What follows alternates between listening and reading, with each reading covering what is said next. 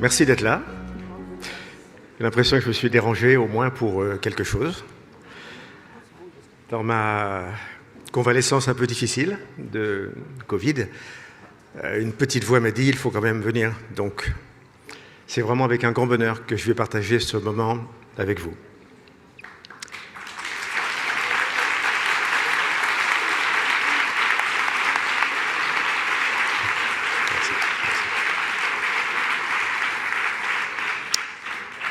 Alors on parle de déontologie. La déontologie, au-delà du code, au-delà de ce que vous commencez à connaître presque par cœur, ça vient d'un vieux mot grec qui veut dire ce qui convient, ce qui est convenable, et pourquoi pas ce qui est convenu dans une convention entre professionnels. Être convenable, ça suppose, dans notre contexte professionnel, de manifester l'éthique, un mot qui dérange un peu, qui flirte un peu avec la morale et avec des choses qu'on aime bien parfois transgresser, surtout en France. L'éthique, le savoir se comporter, le savoir être, fait tout de même partie essentielle de notre comportement quotidien. Notre fondateur, André Roux, disait il y a bien longtemps « L'homme est un être de relation ». Et il n'y a pas de relation juste sans éthique, sans déontologie. Plus que tout autre, j'ai le sentiment que le naturopathe a un devoir de cohérence dans sa vie, pas seulement face à un client, face à son miroir. Une cohérence avec ce qu'il enseigne, une mise en alignement, comme on dit, de sa parole, de sa pensée, de son cœur, et d'être au plus juste pour incarner ces idéaux, c'est quelque chose qui nous fait penser à la congruence. Bien entendu, je ne vous demande pas, nous ne vous demandons pas la perfection juste ce soir. On va vous laisser le temps, même si on va tous vers une certaine perfection.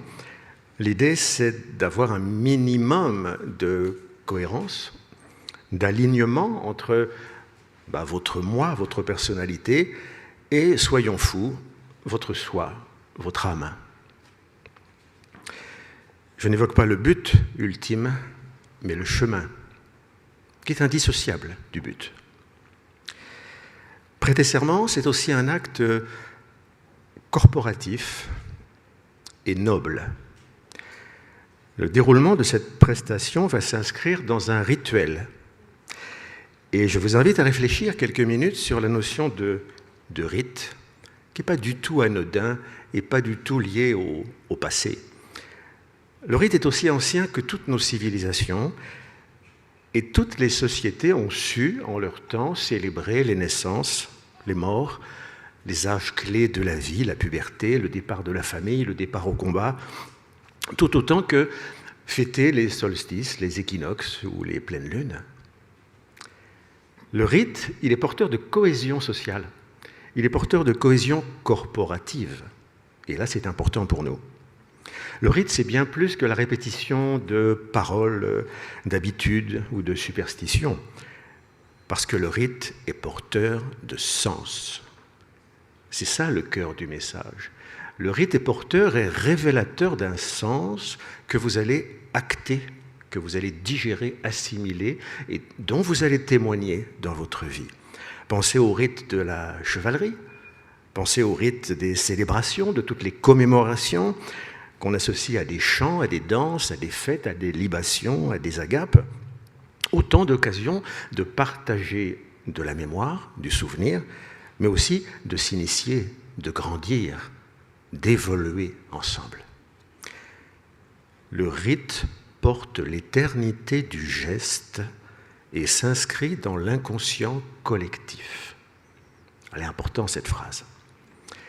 Alors aujourd'hui, le rite que nous allons vivre, il dépasse très très largement ce que vous pouvez croire a priori. Pourquoi ? Parce que la conscience que vous allez ajouter dans ce que vous allez lire, la puissance du verbe que nous allons partager ensemble, et l'égrégore que vous allez générer par votre groupe, feront qu'une certaine magie va opérer et que ce rite va incarner des vraies valeurs qui sont celles de nos idéaux. Le code de déontologie va vous engager auprès de votre clientèle, auprès de vos consoeurs, auprès de vos confrères, mais entre nous, il va surtout vous engager face à vous-même, face à votre conscience. Vous savez combien l'éthique est le garde-fou du comportement. Et dans le cadre de la relation d'aide naturopathique, elle est encore plus importante car c'est l'éthique qui porte haut et clair nos idéaux de service. C'est l'éthique qui porte haut et clair les valeurs du cœur, de la bienveillance et de la confraternité. C'est l'éthique qui porte haut et clair notre code d'honneur en tant que professionnel, mais aussi en tant qu'humain, co-créatif de ce que sera demain. Et c'est enfin l'éthique qui assure à nos paroles, à nos actes et à nos pensées même, un terreau fertile qui fait de nous des thérapeutes dignes et responsables.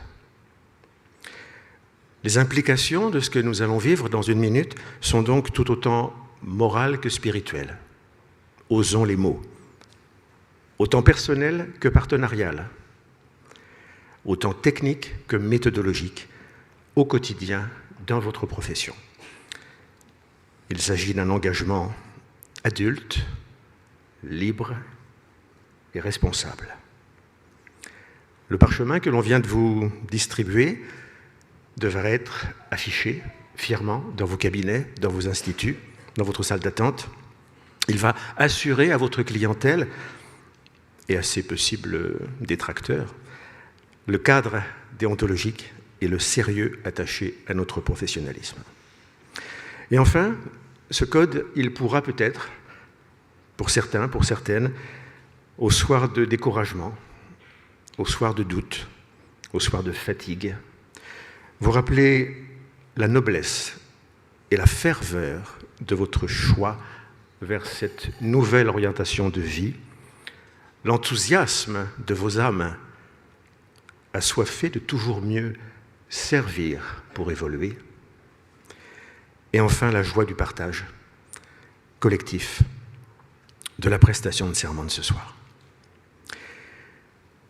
Demain ouvre les portes de 2022, une année 6 au plan du symbolisme, une année riche d'harmonie, porteuse de joie, de paix, de partage, de valeurs particulièrement équilibrantes pour votre future installation professionnelle. Ça tombe plutôt bien. Alors, chers futurs professionnels, chers futurs consoeurs et confrères, pour le bon déroulement de cette prestation, je vous invite à présent à vous lever.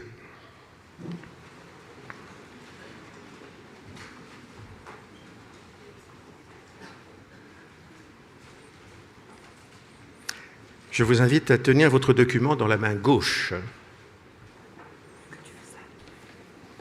Donc je l'ai. Et à placer la main droite sur le cœur. Je vais lire par petites phrases et je vous propose de répéter juste après moi.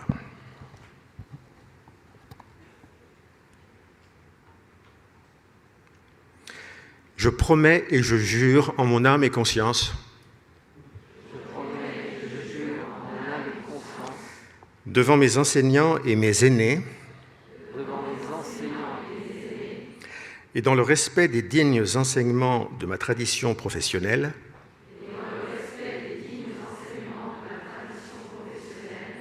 de suivre en tout point le code de déontologie des naturopathes certifiés la FEDA.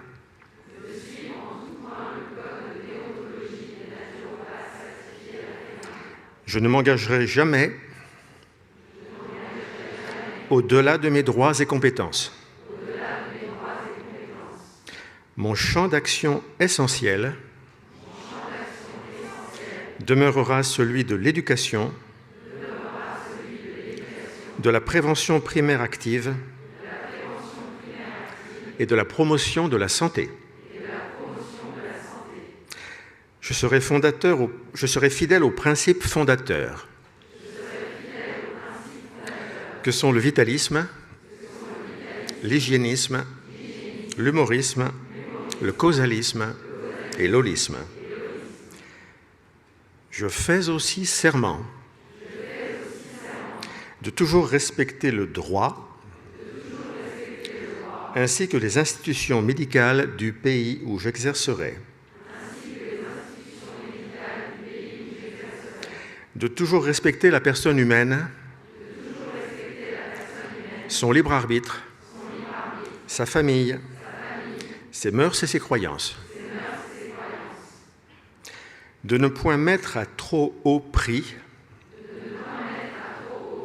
le savoir que je dois à la générosité humaine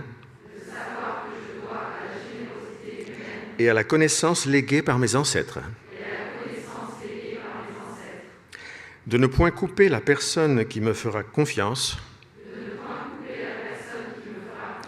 du milieu médical et paramédical, mais au contraire de l'encourager à agir en complémentarité. J'accompagnerai les personnes se confiant à moi dans la plus grande probité, sans jamais céder au jugement, à la critique, à la discrimination ou à toute forme de malveillance. Je m'efforcerai toujours d'assurer une image intègre, éthique et professionnelle de ma corporation, et j'engagerai ma responsabilité civile en tous mes actes et conseils.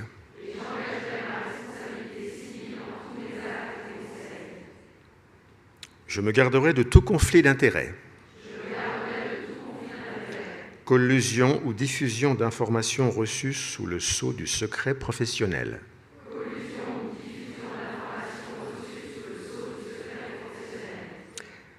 J'assurerai de mon mieux des rapports confraternels et solidaires avec toutes mes consoeurs et mes confrères. Que toute confiance me soit retirée et que je subisse l'opprobre de mes pairs s'il advient que je me parjure.